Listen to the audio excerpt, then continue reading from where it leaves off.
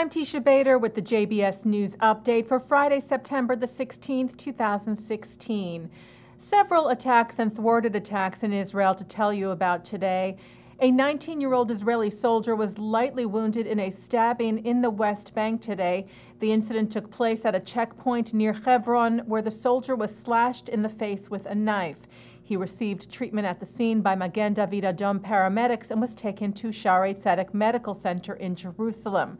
The terrorist was shot and killed by Israeli security forces at the scene, and there was no information at the time of this report on his identity. Earlier today, also in the West Bank, a Palestinian man and woman are said to have deliberately rammed their truck into a bus stop near the Jewish settlement of Kiryat Arba, where several Israeli teenagers were standing. Israeli security forces at the scene shot at the two Palestinians, killing the man and injuring the woman, who was taken to Shaarei Tzedek as well. A knife was also found inside the vehicle of the suspects. The three Israeli teens managed to get out of the way of the truck, but were also taken to the hospital, suffering from panic attacks and some light injuries that occurred while they were running away from the car. In Jerusalem today, a 28-year-old Jordanian citizen tried to stab an Israeli border police officer at the Damascus Gate in the Old City. The attacker was shot and killed. And in a separate incident, an Israeli bus driver was lightly wounded when rocks and bottles were thrown at his vehicle on the highway between Jerusalem and Ma'ale Adumim. Former Israeli President Shimon Peres had another quiet night last night, doctors say, with no real change in his condition, which they continue to list as serious but stable.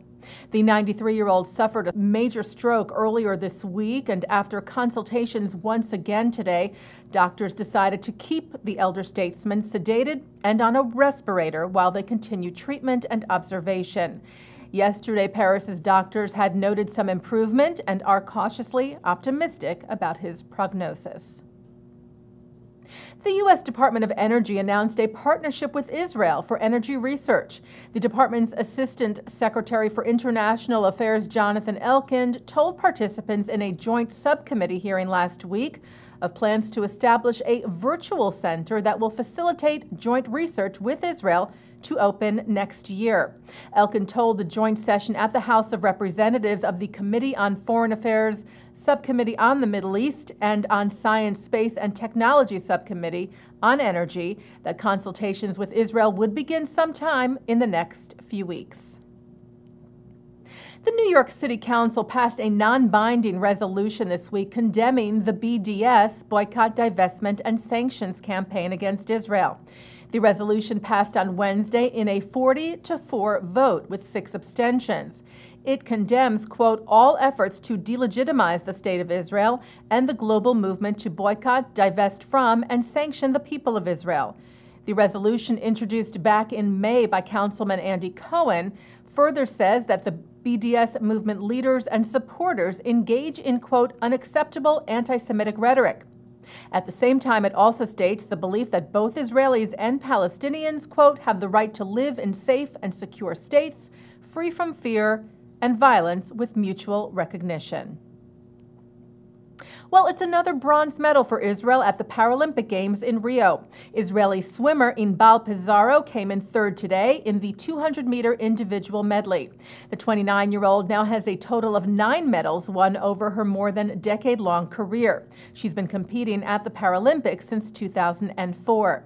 Pizarro's win marks Israel's 3rd medal in the Games. The first went to Israeli rower Moran Samuel, who won bronze in the 1,000-meter single sculls on Sunday, and sharpshooter Doron Shaziri, who won another bronze for Israel in the men's R7 50-meter rifle 3 positions on Monday. The Paralympics conclude in Brazil this Sunday. And taking a look now at our programming for tonight, for Friday, September the 16th on JBS.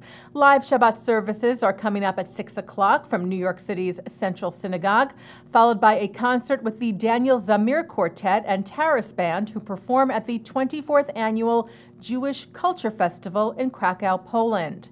At 8, Jewish member of the U.S. Supreme Court Justice Stephen Breyer talks about some of the controversial legal and social issues he's dealt with at the 92nd Street Y. And then a documentary about the Druze community hosted by Dr. Ruth Westheimer called Olive and Tree. And at 10 tonight, it's Musica with Israeli singer-songwriter Tamar. And coming up right after this newscast at 5:30, Rabbi Shlomo Riskin gives his thoughts on this week's Torah portion. And that's the JBS News Update for Friday, September the 16th, 2016. I'm Teisha Bader. Shabbat Shalom.